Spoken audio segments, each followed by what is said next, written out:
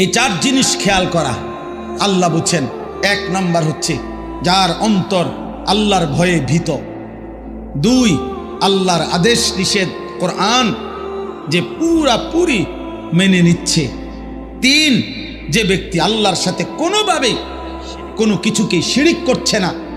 4 আল্লাহর দেওয়া যা কিছু তার কাছে জীবন যৌবন অর্থ সম্পদ টাকা পয়সা ঘর সংসার স্ত্রী সন্তান আয় উপার্জন সুস্থতা সব কিছু সে আল্লাহর হুকুম মতো আল্লাহর পথে আল্লাহর কথা মতে ব্যবহার করছে। তো এই আবার অন্তরে এই আশা এই ভয় যে আমি তো আল্লাহর কাছে যেতে হবে, আল্লাহ যদি কবুল করে কিনা এই ভয়ে ভয়ে আমল করতে থাকে।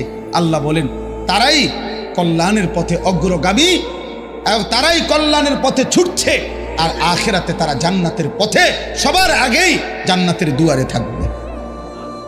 এরপরে আল্লাহ বলেন ওয়ালা নুকাল্লিফু নাফসান ইল্লা বুসআহা।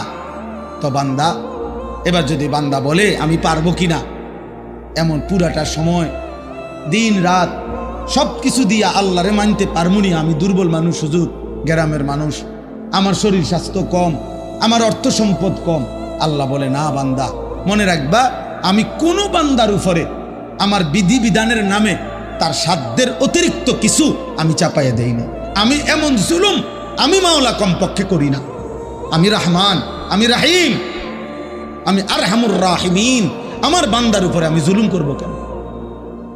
তাহলে ওযু নামাজ ঈমান আমল দান সাদাকা যাকাত ফিতরা সাদাকা আল্লাহর পথে চলা গুনাহ ছেড়ে দেওয়া আল্লাহর হুকুম মানার সকল যোগ্যতা যেটা যেদ্দুর বলছি এদ্দুর পালন করার যোগ্যতা তার মধ্যে আছে, এই যোগ্যতা দিয়েই আমি তাকে পাঠাইছি। অতিরিক্ত কোনো বোঝা সাধ্যের অতিরিক্ত আমি চাপিয়ে দেই নাই।